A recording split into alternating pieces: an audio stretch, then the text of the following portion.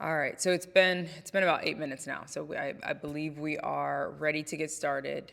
I did not see any questions coming in as it pertains to either the curriculum for today or previous weeks, so I will go ahead and jump right in. But again, I think I want to kick off and ensure that I kick off today's class with the acknowledgement that this has been amazing work, and it will continue to be amazing and revolutionary work, in part because of the community that is helping craft it. So I do want to applaud all of you for tuning in for the last 4 weeks, including today, so 4 weeks. I do want to attribute this work to the idea of community and how it starts, and how we begin to be more effective in our efforts as a collective.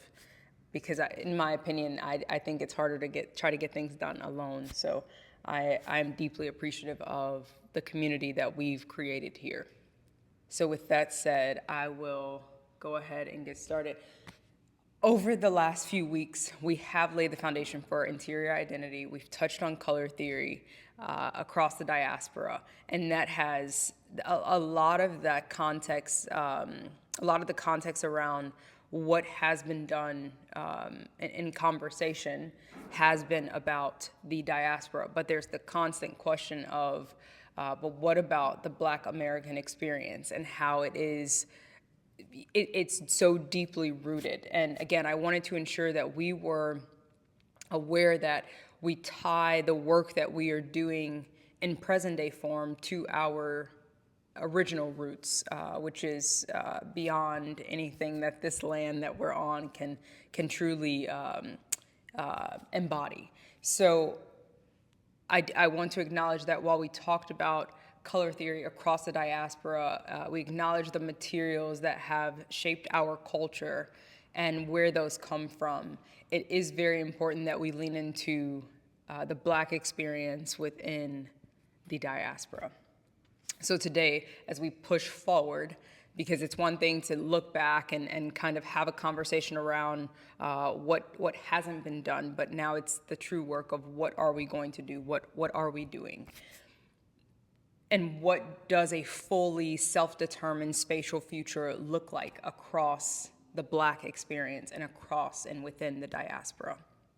So, as mentioned, week 1 was the foundations of interior identity. Week 2 was color theory across the diaspora. And week 3 was materials and craftsmanship. So, based on what we've discussed thus far, how would one of you, if you want to chime in here, how would you define a spatial future across the diaspora that is fully self-determined? Yes, Faith, I can restate the question. How would you define a spatial future across the Black experience within the diaspora that is fully self-determined? We've talked about the idea of the different spokes that help make up this space for us. How do we now define the spatial future as it embodies all of those spokes? Getting rid of beige aesthetics that everyone pushed. One that is rooted in our shared values, resilience, and radical imagination. Absolutely, Sabrina. Customize the space. Okay, so everyone's looking at the chat. This is how we begin to define the spatial future across the diaspora that is fully self-determined, what we're doing to actually move the needle forward. As we jump into the deck, Afrofuturism is all about reimagining possibilities, and we slightly touched on Afrofuturism in previous 2 classes. It's a concept within itself that we are choosing to lean into, especially within design. And it's all about creating spatial futures that extend beyond the limitations of the present form across the entire diaspora. So for the Black experience, Afrofuturism has essentially helped paint a picture for us as to what do we embody in the future? How do we show up in spaces in the future that we've crafted, that we've created? And so when you think about this idea of Afrofuturism in the interior space, someone chimed in last week and, they said, based on what they've seen of Afrofuturism, it feels very like out there, very futuristic, very dark. And to them, it was, how do I challenge the idea of the narrative that's being pushed around Afrofuturism? So in this context, we look at three individuals. So as we're going through the deck, you'll see on the first slide here, and let me know, are you all in the deck? Were you able to access it? Yes, okay, wonderful. So we look at aesthetic futures.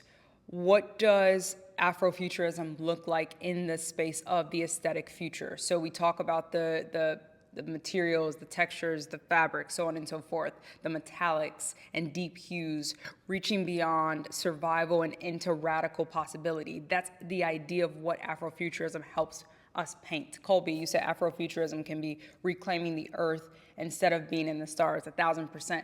And that leads me to Sun Ra. I don't know how many of you are familiar with Sun Ra, but a very, very renowned jazz composer. And Sun Ra's entire, everything that he embodied was the idea of a cosmic landscape and the idea of expanding identity into the universe. And he did that work through his music. Jinjin, are you saying yes to Sun Ra? And I'll touch on also Curry Hackett, and I'm jumping around the deck here a bit in these pages, but Curry Hackett is also someone that you all should absolutely know in the work that he's doing as an educator and as a designer. He is leveraging and using AI to explore and visualize speculative futures. So he takes this idea of the Black experience and reimagines it in the way of AI, which when you think about Afrofuturism, again, we think most often, I bet our minds just go to Black Panther because that feels like the way that it was originally introduced to a lot of us. But when you look at the work that Curry Hackett is doing through AI, it feels like it's embodying the sense of, wow, the space to which we exist in now just needs a slight reimagining of how we actually occupy our neighborhoods, how we actually design our neighborhoods and exist within our neighborhoods, how our homes and interiors begin to actually truly embody us as a people based on the work that we're doing to ensure that it's shaped in that way. I do want to look at some of the questions here. Tracy, you said, and how do you make it evolve using different colors and our own trends? That's a great question, and I believe that that's what the goal is to come. The goal here is to come to a conclusion on that. How do we ensure that we are evolving in this space through a very basic understanding of what we already have, right? We have color, we have material, we have all of these things, and now it's just the basic practice of putting it to work. And what that means is it's the basic practice of understanding that we have it, and now we just have to simply shape it for ourselves. So with Sun Ra, with Curry Hackett, and when we think about the aesthetic future, these points aim to explore self-determined design futures. So it's an innovative use on Curry Hackett's part within the use of technology in Black design, and then using design to shape cultural and spatial futures across the diaspora. Yes, okay, we dive into visualizing the environments with Curry Hackett. So I'm on page 6, I wanna make sure you're all there. We dive into visualizing these spaces. So the work that Curry is doing through AI experiments is inviting us to question how technology can be used to reimagine our spaces. And the reason that this is so important is because prior to the use of AI and technology and the evolution of it, and again, I know there is a contrary conversation that can be had as to whether or not AI is moving us forward or holding us back potentially, but we'll touch on that at a later point. However, the work that Curry is doing is actually implementing what this means. What does color look like when you bring it to life? What does texture look like in our spaces when you bring it to life? And his are more on the exterior, as you'll see in the slide that follows the case study. But AI can be a tool for reclamation. Hackett's use of technology helps us visualize what could have been, but also what can be. So it takes, say, a neighborhood that has not necessarily been crafted by us, and it helps us reimagine what it could look like had it been. But also, again, what does it look like if we choose to begin to craft these spaces to reflect us? And it gives this idea of like a cultural remix. So AI blends historical and future aesthetics of the diaspora, which is also pivotal as we consider, okay, what does, to Tracy's question, what does it actually look like when we begin to introduce ourselves in a very organic and genuine and direct way? How does it actually take form? But the big question that there is around AI, who controls the narrative in AI generated design? And I do think that this is something that we have to be aware of as we begin to craft the language, as we begin to create the movement. When we tap into these different sources that help us put visuals to our work, and so many people reach out and they go, oh, how do I get more of that Harlem deco because I can't find any photos? Well, you probably won't find many photos of what is a reflection of us because it has not been created yet. Faith, you said, I don't understand the concept of AI generated design. What does it mean? Let me dial back. That's a great question, Faith. AI right now is a tool that's being used to help us paint a digital picture. So in Curie Hackett's case, and Faith, I want to make sure you're in the deck. If you jump over to page 7, you'll see where this is all Curie's work. You'll see where he has leveraged AI to reimagine Black spaces. So it's a Black neighborhood. It's how quilts are being integrated, or textiles are being integrated into our societies. It's you've got greenery that kind of shows up in the way that we know we often hold within our homes, but how does it reflect us in a wider way, in a bigger way? So you see throughout his imagery and the photos that he's crafted using AI that helps us reimagine our spaces as if we've created them. One of the gaps, again, Faith, and I'll touch on this, one of the gaps has been, I understand that our spaces don't necessarily reflect us. However, what are we doing, or what do we use to help get there? And Tracy said, I think designers create and lead on the trends. I need to be able to trickle down to a level that can be affordable, mass produced.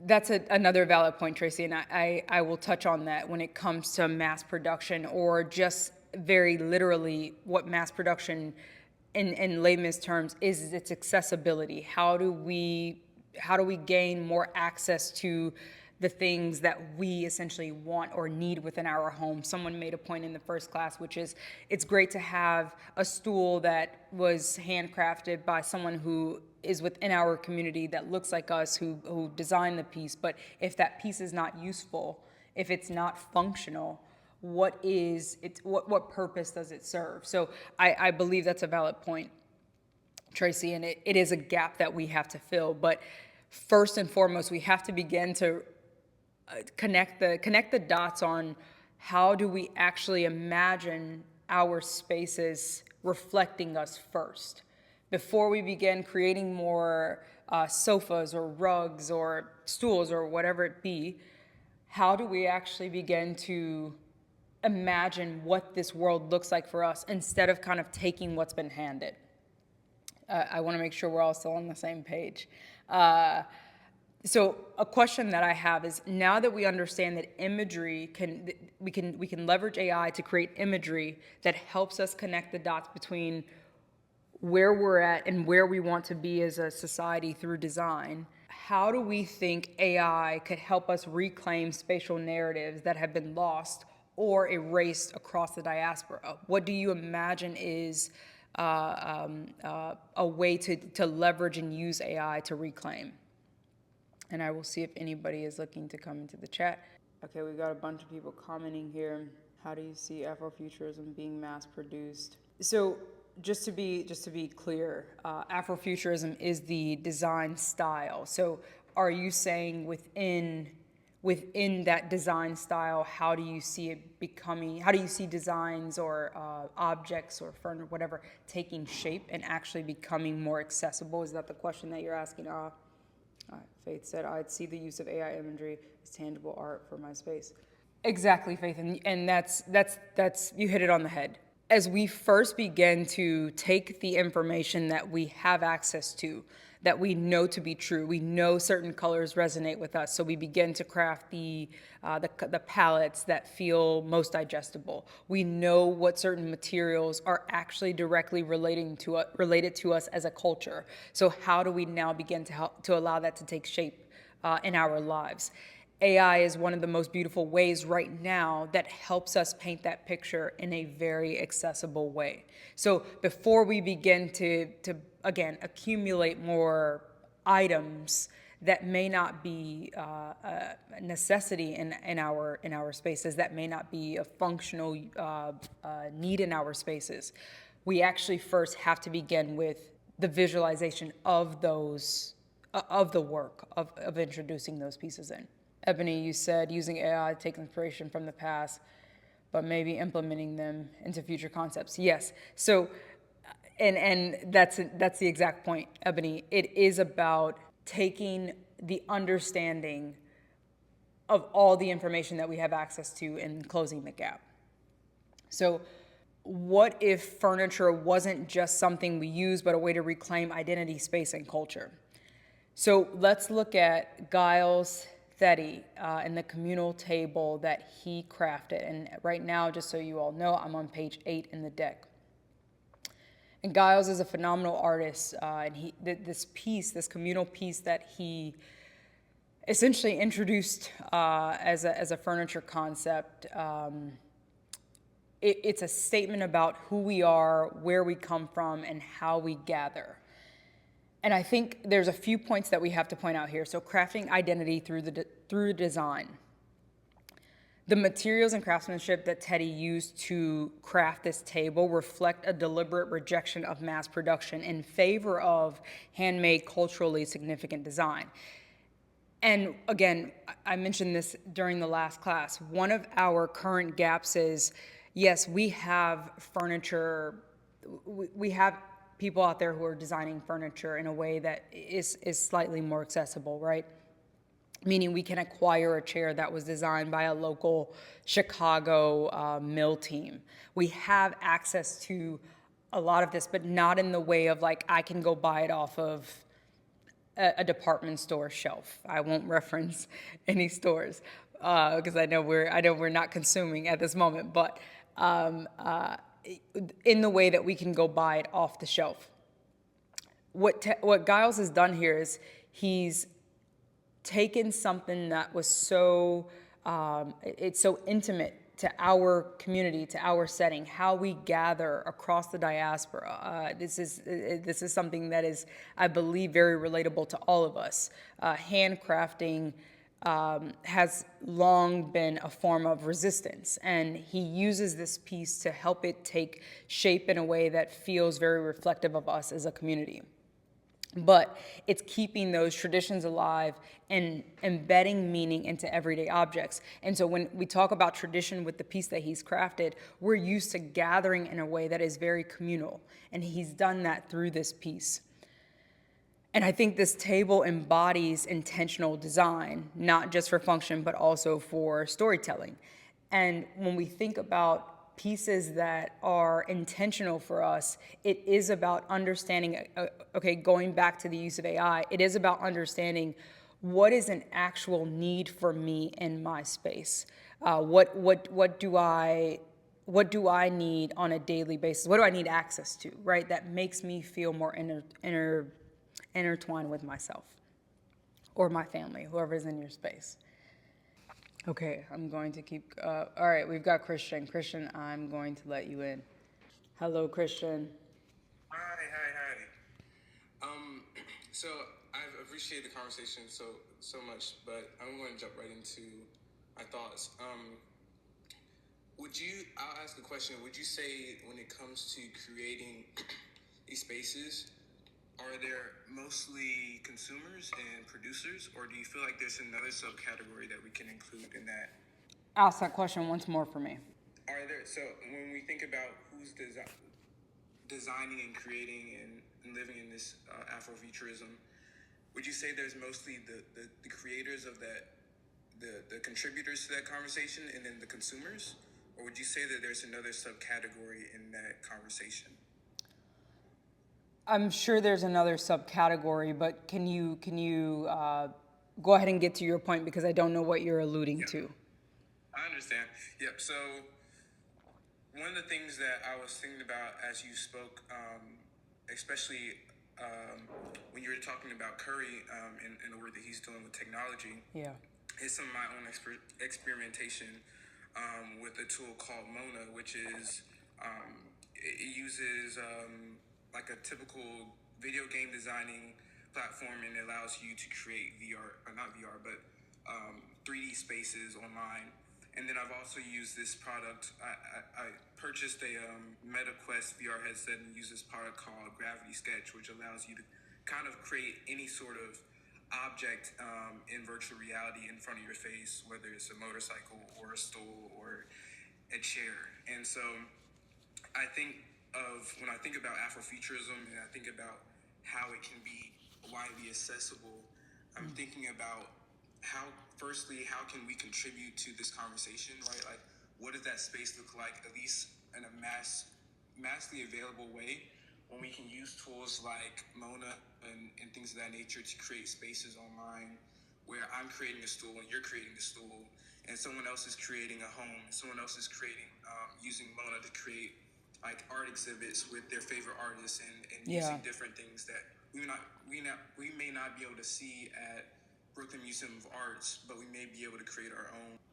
And then obviously with that comes the thought of like, well, how can we get the young kids into this, right? How can this be something where it can spread down and trickle down to this is part of the experience of like this is part of the reimagining of what it looks like to be creators, not just consumers. Certainly. Of the future that we want to live in. Certainly. And so that's kind of the larger idea, and it kind of synthesized the question of like, wait, so are there only people who contribute to the conversation, and then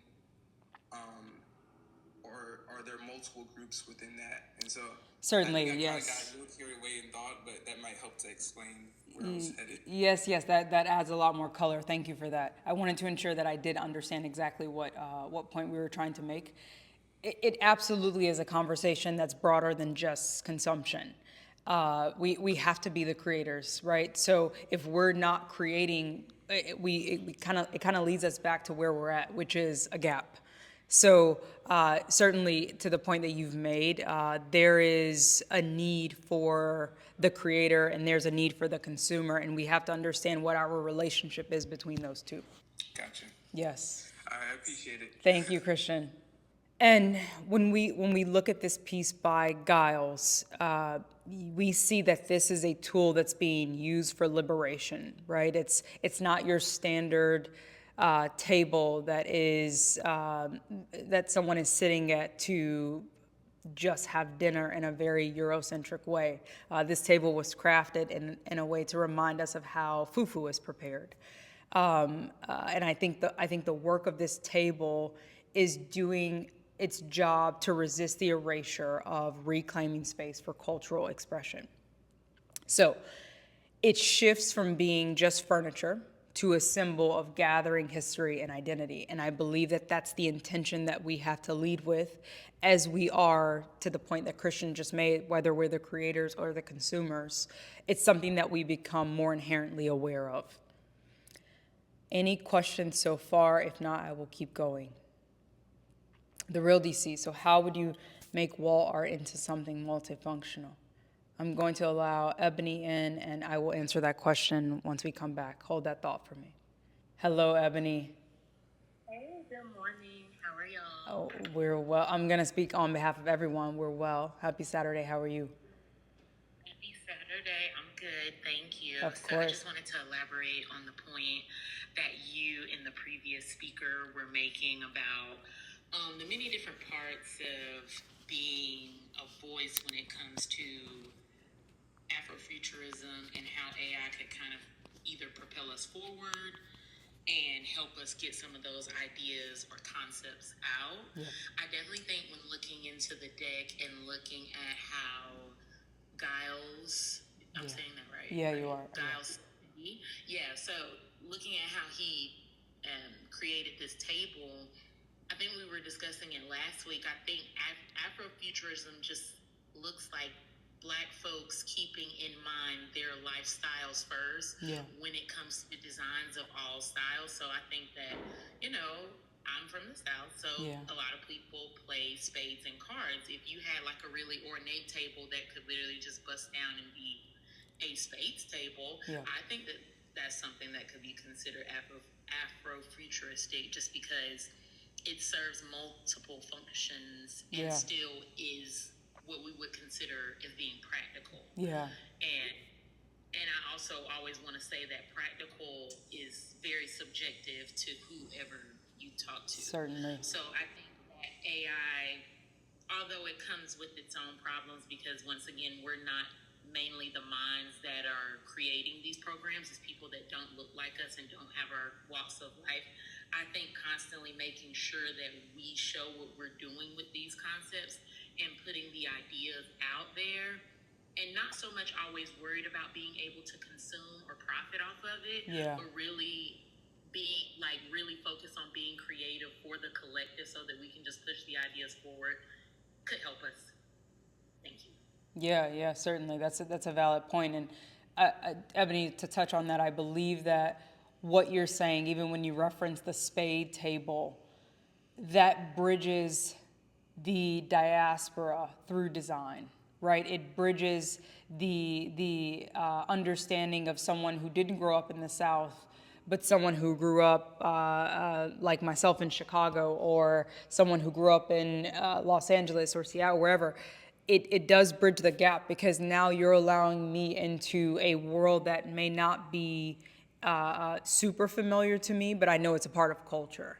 And that even with Giles' work, that's what it's doing, right? I wouldn't say that I grew up eating and consuming fufu as a part of my meals. However, I understand that it's a part of the culture. So for me to have an introduction into this space across the diaspora, it gives me a better understanding of connection to us who are across the diaspora. So I think, spot on. Thank you so much. Of course, Ebony, thank you. All right, let's see. There were a couple other people in here. Hi, Camille. I'm West Side. I'm not shouting out South. No. Okay, so just to touch on one last thing here is when it comes to Giles' design with this table, design is liberation. So the spaces we shape and the objects we place within them, Ebony's idea of this spade table, right? They can be an act of resistance, but in part they're also a form of storytelling.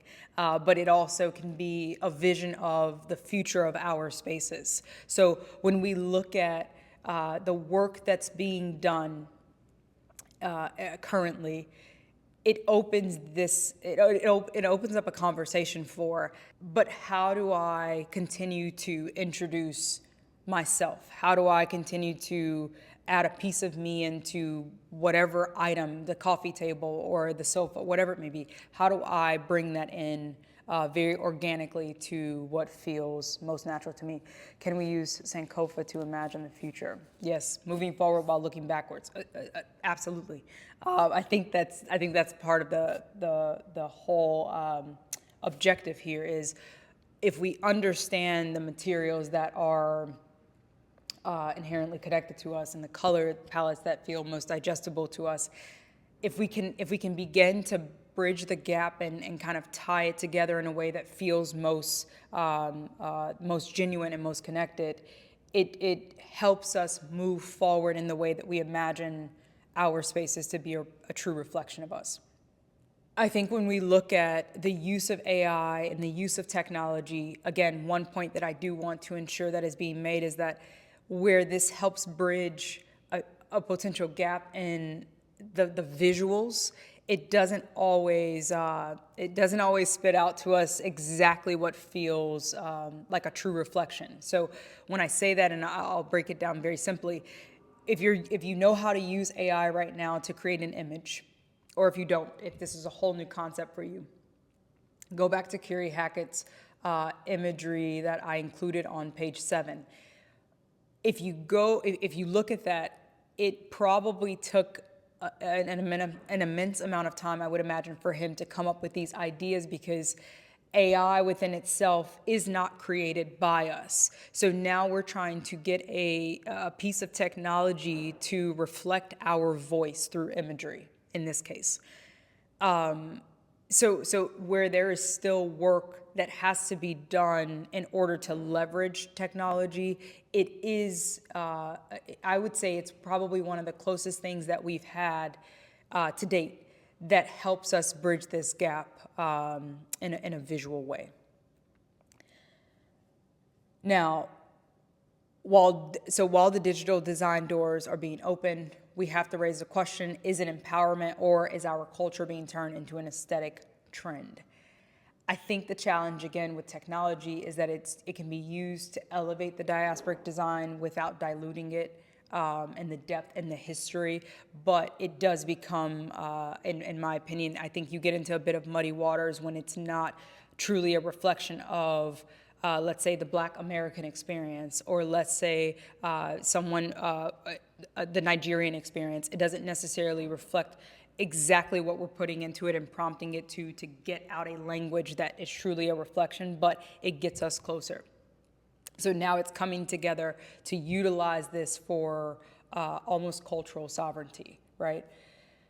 I believe that the goal within these conversations that we're having was to close this gap and bridge the gap. We understand that it is not truly accessible. We understand that we are not buying our items off the shelves, or we're not always the makers of the pieces that we have in our spaces. But what does it look like, and how do we begin to actually take up space for our own benefit to introduce ourselves back in? I believe that through identity, history, and vision, we're in a digital era where we're able to use tools to reclaim spaces for ourselves. This makes it a lot easier to bridge the gap. So now it's about doing the actual work. And now where do we go from here? We understand that there's a gap. We understand that there is, that we exist already in various ways through material and such. We understand that there is opportunity to be captured for us and for ourselves. Where do we go from here? Obviously, I don't want this to be the end, and it's not. I think it's just the beginning of an idea that we're introducing that is of true benefit to us as people. So, as we begin to wrap up this 4-week course, we now have, I'm going to assume, more information than we did 4 weeks ago about this space, right? It now feels like the doors, the gates are being opened to the conversation. What we will do from here is we will continue to actually drive the momentum beyond the course.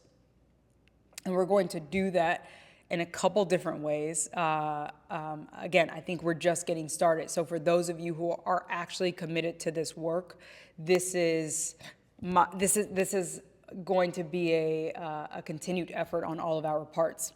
But you'll see that on the last page of the deck, I leave you with the final class of notes here. Due to the current demand, the feedback, people want more of this, and they want it to feel more tangible, and they want it to feel more accessible. So I will be rolling out a summer semester, which will be an additional 4-week course.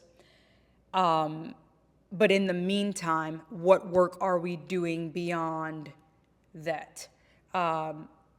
I have introduced a directory that helps us, one, begin to shop our makers, begin to look into our makers and such, so on and so forth. that will be accessible through Patreon. It is by no means, it's not a profit driver for me at all. This is a directory that I created with the intention for us to introduce furniture, decor, whatever it may be, from these makers. There are people out there who are doing phenomenal work, and I believe that it should not be hard for us to find. So this will be linked in Patreon. The directory will be. I will continue to add to that directory over the next few months. As of right now, there's about I think 10 or so brands on there. So in the near term, you can shop the directory. It leads you directly to their website, so you can learn more about who they are as designers and such. And then we'll use Patreon for updates. And we'll continue to have dialogue in Patreon based on those articles that are being shared.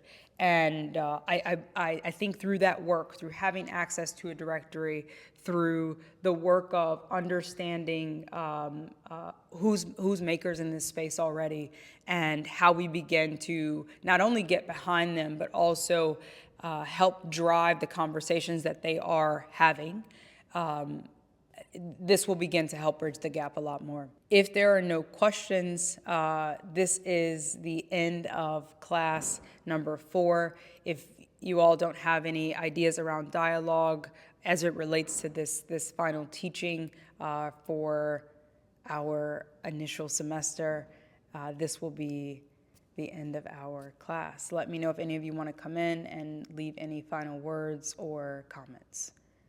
Hi, Colby. Hi, how are you? I'm well. How are you? I'm doing great, thank you. I've been kind of struggling with when it comes to Afrofuturism is I too am from the South. I'm from South Georgia. Okay. Got a lot of roots in Louisiana. And I would love to have Afrofuturism Southern. And what would that look like? Like combining Afrofuturism with marsh, or combining Afrofuturism with maybe even West African gods or deities and things like that. Yeah. And I would also love to see what would that Afrofuturism look like for someone who's from New York or from LA or things like that. But staying true to my American roots and combining it with my ancestral roots, and then what the future of that could look like, I find it to be slightly overwhelming just because it seems like limitless possibilities. Yeah. Oh, solar punk. Thank you. Someone said that in the chat. What did they say? Solar punk. Their name is Yeah. Okay. So Colby, what was the question? Can you How do you find focus? How do you narrow it down and eat the elephant one bite at a time? That's a great question. First, understanding what is inherently connected to you from a cultural perspective. What do you feel the most drawn to? Because let's just use the example of let's say Kuba cloth, very simply. You may not feel that is something, a material and a print that resonate with you, right? A fabric and print that resonate with you, but it's culturally relevant. It's culturally connected. First, it's understanding what feels the most genuine and true to you as an individual. Once you narrow that down, you go through the exploration of how does that take form for me? How does it take shape in my space? Is it through furniture? Is it through wall art? Is it through whatever it may be? You're just dissecting what feels the most genuine to you from a very literal perspective, what textures, what colors, what scents, whatever it may be, and you're now translating that into physical form. Okay, how does that actually take shape in my space? Does that make sense? Yeah, that does make sense. It's starting super simply. Gotcha. Yeah, that's really helpful. Don't overcomplicate it, Colby. Hey, that's a gift of mine. It was And a thank you. of course. Thank you to everyone in the chat. I appreciate you. Of course. Hi, Jen. Hi, how are you? I'm well. How are you? I'm doing well. I saw you dropped some scholarship information for Shanice in the chat. Thank you for doing that. Yes, and there's definitely more. I just can't remember them off the top of my head. Thank you so much for this space. I know I've said it a couple of times. I'm very thankful. I think Of course. it's really just honestly something wonderful that's really needed. And I know a lot of this has been about like how do we create our spaces as individuals. I'm also really interested as like a designer who, like, I worked in the corporate design world for one of the giants for almost 2 years. And I mean, I never wanted to work in corporate, honestly. I was glad I got that experience, but it was not something for me. And then the way even ended just wasn't for me. It was just so not who I am. And I just wonder, I know that you, from my understanding, have your own studio. How are these, how do these applications go as a designer where you're designing spaces for people or picking these pieces for people or hiring these contractors and doing all of these things and keeping who we are in mind, but also like you're not always, of course, going to have just us as a client. And then even if we do have us, I know that like one of the main things we learn in all of our architecture and design classes is like the client, like essentially we are not, like we do what the client wants. It's not, what we think is best. And obviously we can give, recommendations and things like that. Yeah. And I wonder because, there's, a good 200, 300 people that have been here, throughout the last couple of weeks. But, there's so many other people who aren't seeing it. And so like say, somebody hires a designer and they are not necessarily, and they are a part of the diaspora, but they're not really privy to this. How would you go about that, or how do you go about that? That's a good question. So just to state back to you the question that you're asking in layman's terms, is it when I'm collaborating with a client who is, or engaged by a client who is not within the diaspora, how do I essentially translate interior identity into those projects? Or just can you clarify that for me? Oh, yes. Not the, okay, I guess I'm asking how do you do that with people within the diaspora while also, because like I'm sure there are clients, and I would imagine there would be clients outside of the diaspora, and also creating some type of boundary, I guess, within those people as well. Because yeah, there is an identity there, but if the identity is purposeful to us, what does that look like? And how? I guess both. Both. How does all of this like look like as designers?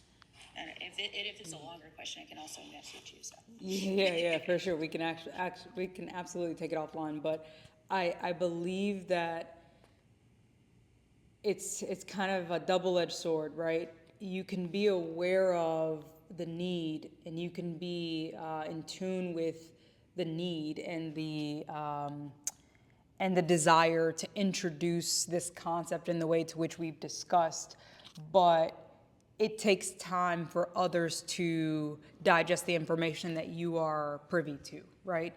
So regardless of what style of client I am engaged by, or what type of client or what demographic of client, whatever it may be, what I have found is that by being true to myself, I'm attracting a level of client that is open to my way of doing things, even if the style that they prefer is not a direct reflection of, say, a cultural interior identity concept. Does that make sense? Yes, that absolutely makes sense. So it really has, the work for me has been about first ensuring that I am 10 toes down on my own identity and who I'm attracting and who I'm collaborating with is truly a reflection of how I'm showing up in the world. Okay, I will. Yes, Thank you please so do. much. I really Please do. appreciate you. Okay. Bye-bye. All right, y'all. This has been wonderful.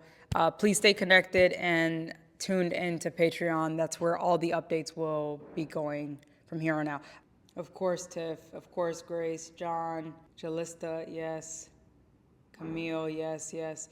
Camille, follow the Patreon, I guess, to stay connected. Yes, please go ahead and sign into Patreon. That's where all the updates will be going forward. Of course, Cousin Kiki. Of course, Chelsea, Marsha, yes, yes. And a wonderful conversation, wonderful class, wonderful course. And I look forward to all of you connecting in Patreon. Bye-bye.